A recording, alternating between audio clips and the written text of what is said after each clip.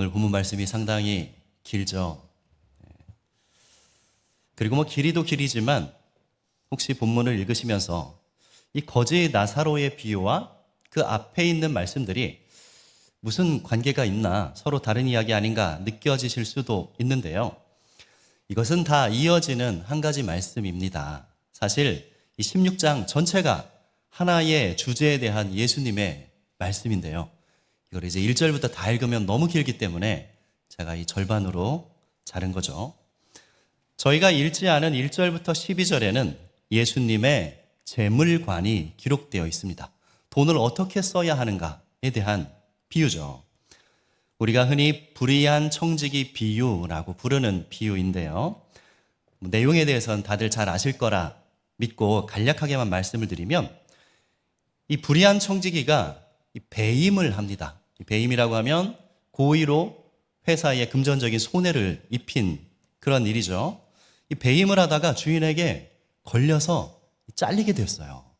그럼 이제 퇴사 후에 이제 먹고 살 게 막막하니까 자기를 도와줄 사람들을 만들기 위해서 자기 돈도 아니고 자기 주인의 돈으로 주인에게 빚진 자의 빚을 막 탕감해 줍니다.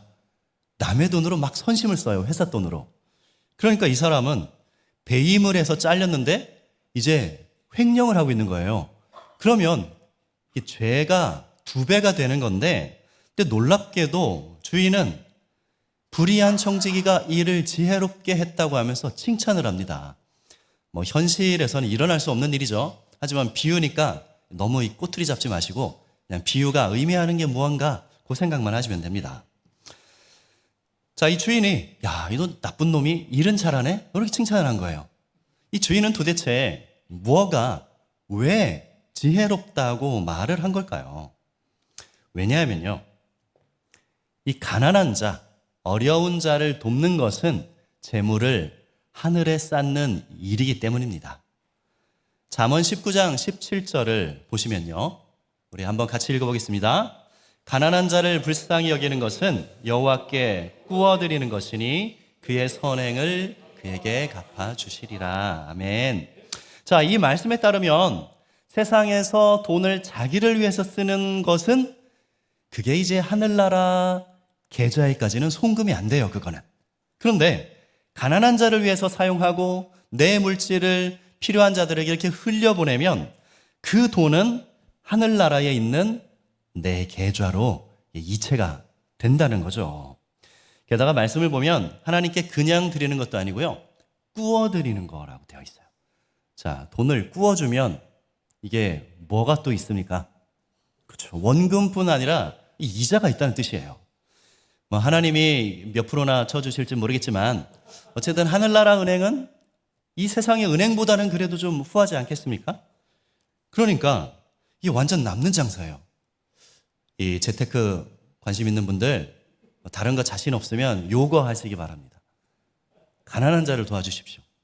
우리가 주식이나 펀드는 이게 수익률은 높지만 이 원금 손실의 위험이 있어요.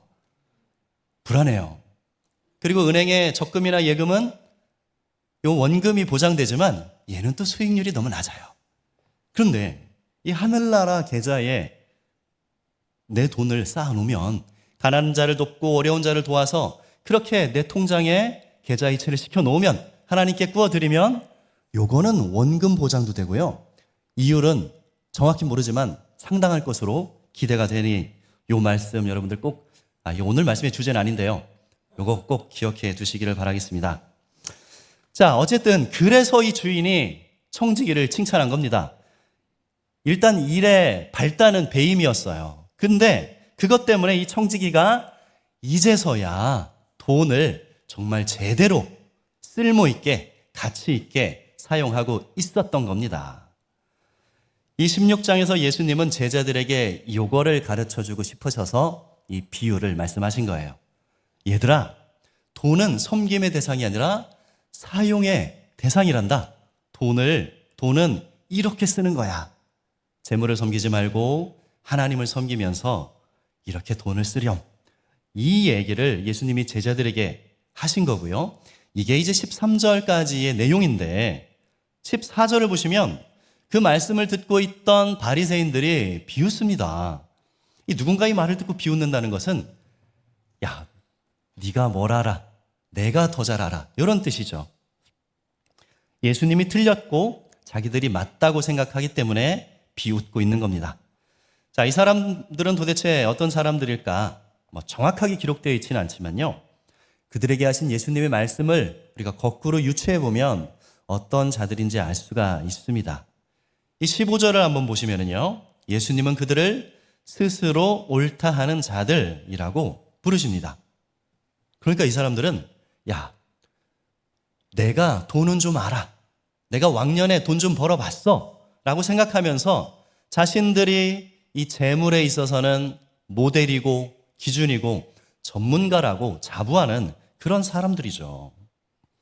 그리고 이들이 사람들에게 존경을 받았다고 하신 걸 보면 그걸 또 잘한 것 같아요. 소위 말하는 투자, 재테크, 내 돈 불리는 법, 이런 거를 아주 잘 했던 것 같습니다. 그러니까 이들은 예수님의 말씀을 듣고 돈은 이렇게 모으는 게 아니라 흘려보내는 거야 라는 그 말씀을 듣고 비웃는 거죠. 아이고, 저 세상 물정 모르는 소리 하고 있네. 이렇게 생각을 한 겁니다. 하지만요, 15절을 보시면 이것은 하나님께는 미움받는 일이라고 말씀하세요. 사람들에게는 존경을 받을지 모르지만 하나님께는 미움받는 일이라고 예수님은 가르치십니다. 그 이유가 뭘지 한번 생각해 보시기 바랍니다. 주님이 보시기에 우리는 다 같은 한 자녀죠. 하나님의 자녀들입니다. 그런데 한 자녀에게 돈을 주면서 야, 네가 다른 자녀들도 동생들도 돌봐주렴 하고 돈을 줬는데 안 베푸는 거예요. 자기만 움켜쥐고 있어요. 그럼 어떻게 될까요? 하나님께서 다시는 그 자녀에게 돈을 주지 않으시겠죠. 그리고 아마 혼내실 겁니다. 그래서 돈은 이 버는 것뿐만 아니라 쓰는 것 역시도 하나님의 뜻에 맞게 지혜롭게 사용할 수 있어야 합니다. 내 필요가 다 채워졌으면 그 넘치는 부분은 가난한 자들에게 베풀 줄도 아는 선하고 지혜로운 마음이 있으시기를 주님의 이름으로 축복드립니다. 그래서 돈을 요 세상 은행에 뿐만 아니라 하늘나라 은행에 내 계좌에도 송금할 수 있는 그런 은혜가 저와 여러분들에게 있으시기를 축복드립니다. 자, 말씀이 여기까지는 이제 16장 1절부터 이어지는 같은 맥락의 말씀이에요. 자, 그런데 오늘 본문을 보시면 16절과 17절에서 갑자기 이 율법의 중요성에 대해서 말씀을 하십니다. 돈 얘기하다가 갑자기 율법이 중요하다 그 얘기를 하세요. 그러더니 18절에선 더 갑자기 이제 간음에 대한 이야기를 하세요. 그리고 나서 19절부터 이제 부자와 거지 나사로의 비유를 하시죠. 이게 도대체 무슨 말씀을 하시는 건지 잘 모르겠죠. 뭐 이 얘기했다 저 얘기했다 내용이 막 왔다 갔다 해요. 하지만 이 구절들이요 전부 다 하나의 메시지를 담고 있는 같은 말씀입니다. 먼저 이 16, 17절을 보시면 율법의 중요성에 대해서 말씀을 하시죠. 바리새인들에게 왜 이 말씀을 하실까요?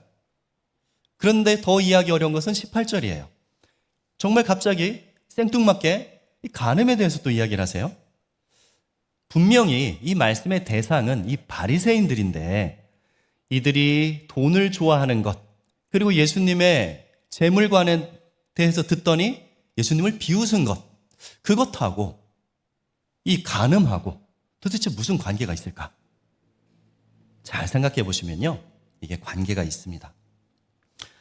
이 당시 유대 사회에서 여자는 인권이라는 게 없었습니다. 그래서 남자는 자신의 유익에 따라서 아내를 막 버렸어요.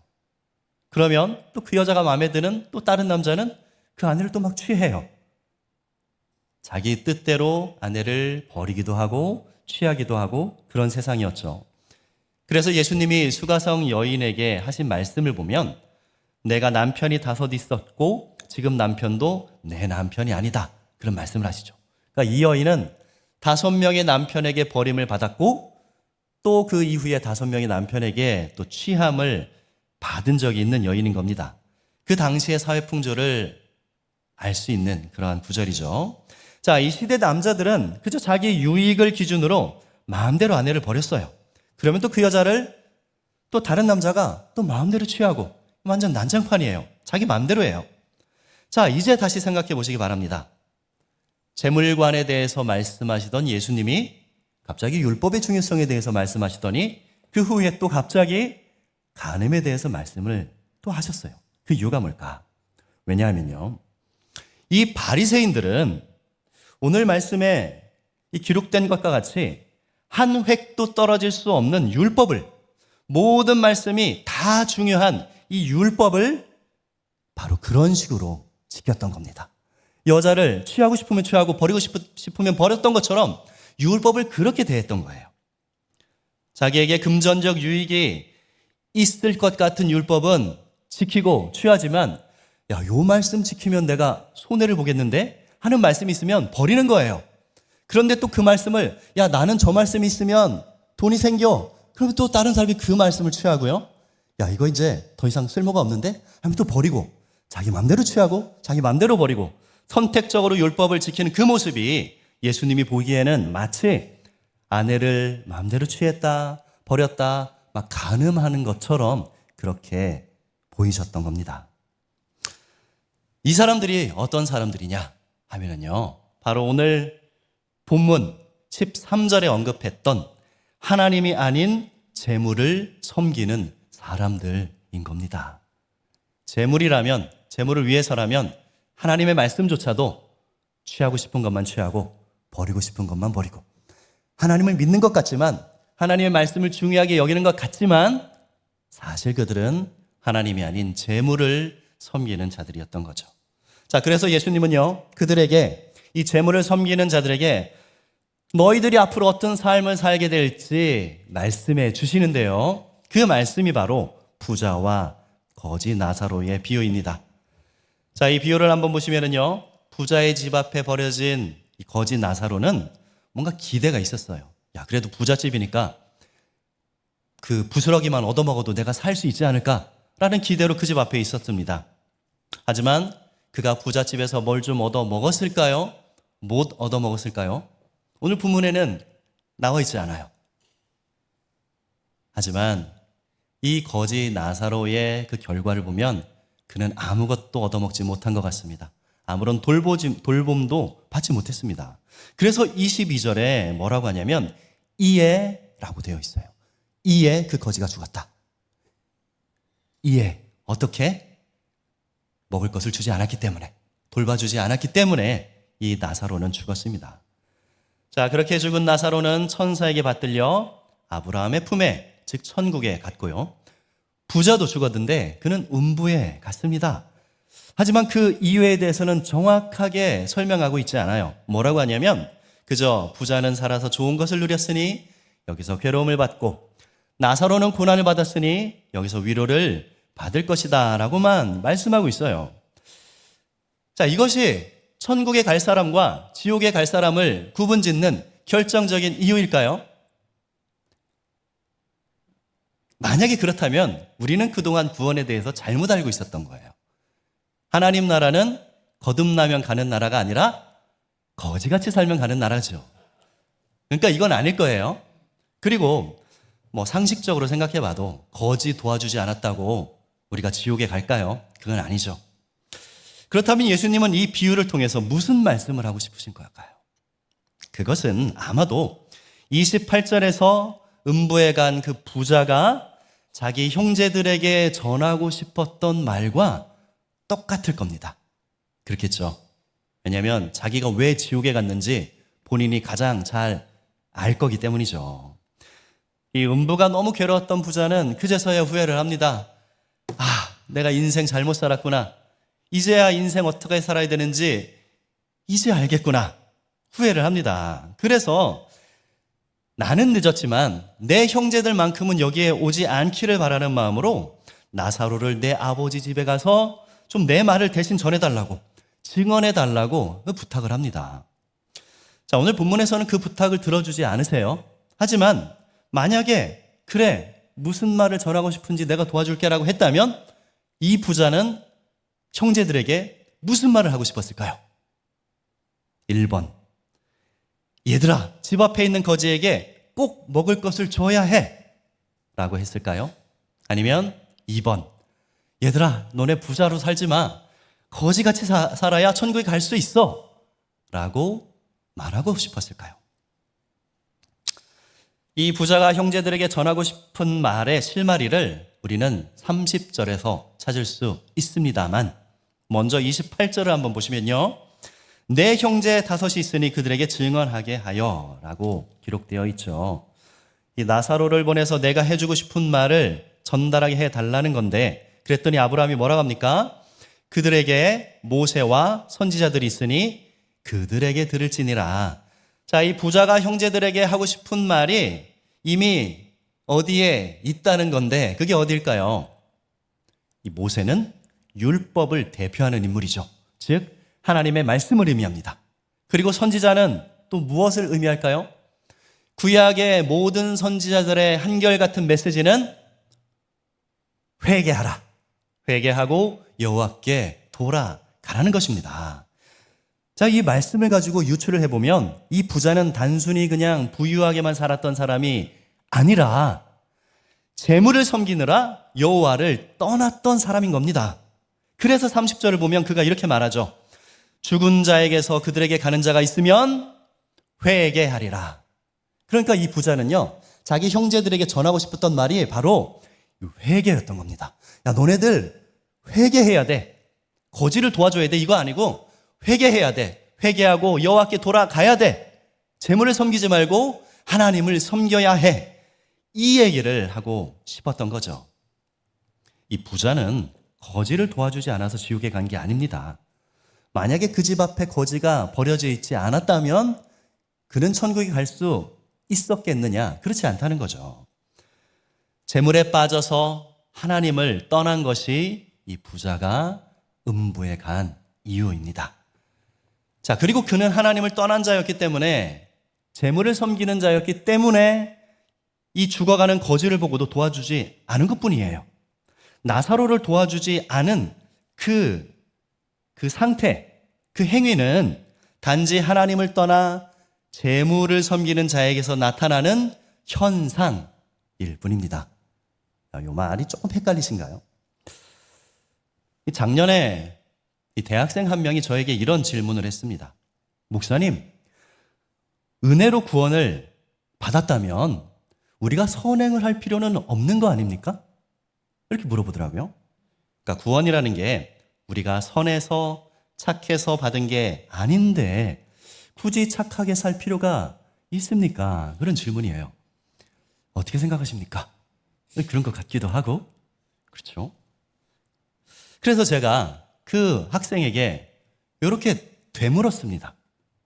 만약에 당신의 남자친구가 당신의 외모 때문에 지금 사귀는 게 아니라면 당신은 그 남자친구를 만나러 갈 때 화장 안 하고 가실 겁니까? 세수 안 하고 가실 겁니까? 예쁜 옷 안 입고 갈 겁니까? 라고 제가 물어봤어요. 뭐라고 대답했을까요? 생각하시는 그대로죠. 자, 어떻게 생각하십니까? 사랑하는 사람이 생겼는데 그 사람이 내 얼굴 때문에 사랑한 게 아니야. 제 얘기는 아닙니다. 사랑하는 사람이 내 얼굴 때문에 나를 사랑한 게 아니라고 해서 뭘 세수도 안 하고 더럽게 만나실 겁니까? 우리 자매님들 생얼로 데이트하러 나가실 겁니까? 절대 그렇게 하지 않겠죠. 왜 그럴까요? 그것은 필요가 아니라 당연히 그렇게 하고 싶어지기 때문이죠. 사랑하는 사람이 생기면 화장해야 된다, 세수해야 된다, 이 필수는 아니에요. 그렇지만 하지 말라고 해도 내가 하고 싶어집니다. 내가 사랑하는 사람에게, 나를 사랑하는 사람에게 잘 보이고 싶고 예뻐 보이고 싶고 매력 있어 보이고 싶고 사랑스러워 보이고 싶기 때문에 누가 시키지 않아도 자동으로 하게 되는 거죠. 이 구원과 선행의 관계도 똑같습니다. 우리가 선행을 해서 구원받는 것도 아니고요. 우리가 구원받은 후에 선행을 하지 않는다고 해서 구원이 취소되는 것도 아니에요. 하지만 진짜로 구원받고 새로운 피조물이 된 사람이라면 선행을 해야 하는 게 아니라 선행을 하게 되는 겁니다. 내가 거저받았기 때문에 나도 거저주고 싶어지는 겁니다. 이해가 되시죠? 구원받으면 선행이라는 의무가 우리에게 생기는 것이 아니라 선행은 그저 은혜의 열매로서, 구원의 증거로서, 현상으로서 자연스럽게 자동으로 드러나게 된다는 거죠. 자, 같은 맥락으로 이 부자가 만약에 하나님을 섬기는 자였다면 어땠을까요? 그는 분명히 이 거짓 나사로를 도와줬을 겁니다. 하나님의 은혜를 입고 하나님의 사랑을 받은 자가 자기 집 앞에서 죽어가는 사람을 그걸 보고도 안 도와줬을 리가 절대로 없겠죠. 그래서 우리가 초점을 맞춰야 하는 것은요, 행위의 종류가 아니에요. 어떤 행위를 해야 되고 어떤 행위를 하면 안 되고 이게 아니에요.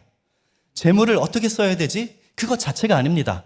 거지를 도와주는 그 행동 자체가 아닙니다. 우리 집 앞에 거지가 없으면 어디서 막 모셔라도 와서 앉혀놓고 막 도와줘야 되는 게 아니에요.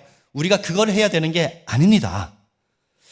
그게 아니라 우리가 회개하고 하나님을 섬기면, 우리가 구원받고 거듭나면 자연스럽게 당연히 하나님의 재물관을 따라서 우리는 우리의 돈을 사용하게 된다는 거죠. 일일이 항목 적어놓고 요거 해야 되나 보다, 이렇게 해야 되나 보다 하지 않아도 돼요. 그냥 구원받으면 자동으로 하게 됩니다. 은혜를 입으면 자연스럽게 내가 하고 있어요. 이걸 막 기계적으로 외우지 않아도 돼요.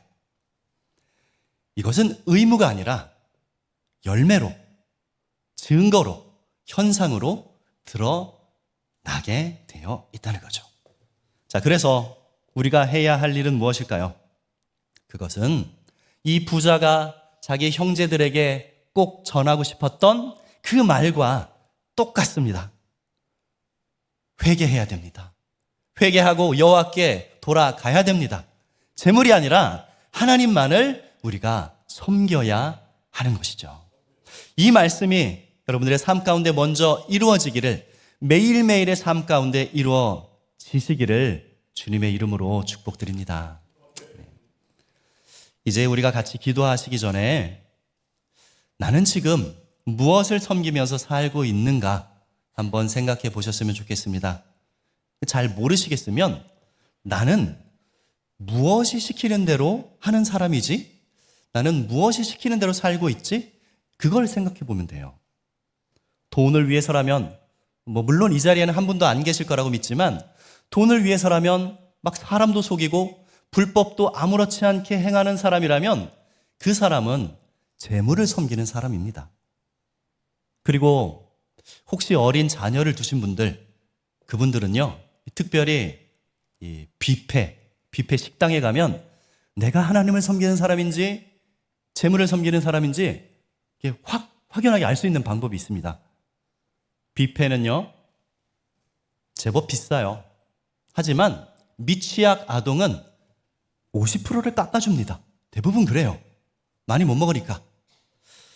그래서 말하자면 7살까지는 반값, 8살부터는 성인이랑 똑같이 돈을 내고 들어가야 됩니다. 자, 그런데 혹시 이 자리에 8살 자녀가 있으신 분들, 혹 없더라도 나에게 8살 자녀가 있다라고 가정을 했을 때 뷔페에 가면 주인이 뭐라고 할까요? 고객님, 얘는 몇 살이에요? 라고 물어봤을 때 여러분들은 몇 살이라고 대답하시겠습니까? 솔직하게. 그때 얘 아직 7살이에요 라고 말씀하시는 분이 계시다면 그 말이 너무 자연스럽게 양심의 거리낌 없이 나오는 사람이라면 웃을 일이 아닙니다. 내가 하나님을 섬기는 사람인지 재물을 섬기는 사람인지 진지하게 기도해 보셔야 합니다. 몇천 원 아끼려고 하나님을 버리지 마시기를 바랍니다.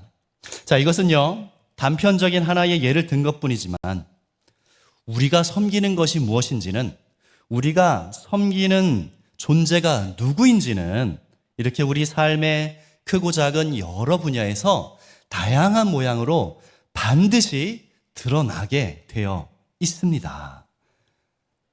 내가 어떤 사람인지 내가 가장 잘 알 수 있다는 그런 말이죠. 그때 여러분들이 발견하는 것이 무엇이든지 만약 그것이 하나님이 아닌 다른 것이라면 그렇다면 이 시간 주님 앞에 그것을 다 내려놓고 오직 하나님만 섬길 수 있기를 우리 기도하는 마음으로 우리 내가 주인 삼은 찬양 함께 고백하시겠습니다.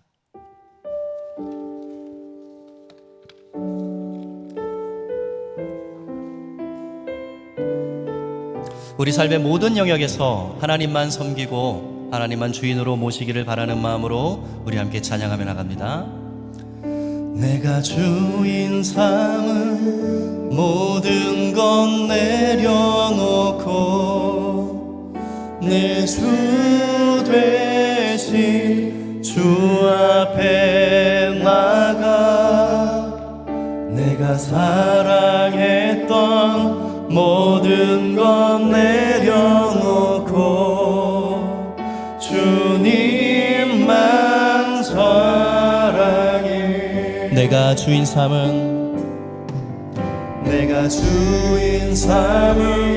모든 것 내려놓고 내 주 되신 주 앞에 나가 내가 사랑했던 모든 것 내려놓고 주님만 사랑해. 주 사랑 거친 풍랑에도 주 사랑 거친 풍랑에도 깊은 바다처럼 나를 잠잠케 해. 주 사랑 내 영혼의 반석 그 사랑 위에서 주 사랑 거친 풍랑에도 주 사랑 거친 풍랑에도 깊은 바다처럼 나를 잠잠케 해. 주 사랑 내 영혼의 반석 그 사랑 위에 서리. 이 시간 우리 주님 주신 말씀을 붙잡고 함께 기도하며 나가겠습니다. 하나님을 섬기는 사람은 하나님만 섬기는 사람은 결코 말씀을 골라서 지키지 않습니다. 혹시 우리에게 그런 모습이 있다면 하나님 앞에 회개함으로 변화를 받을 수 있도록, 그래서 우리 삶의 아주 작은 영역까지도 우리 삶의 모든 영역에서 하나님만을 섬기는 자의 모습이 열매로서 증거로서 결과로서 드러날 수 있도록 우리 주여 부르짖고 간절한 마음으로 기도하며 나가겠습니다.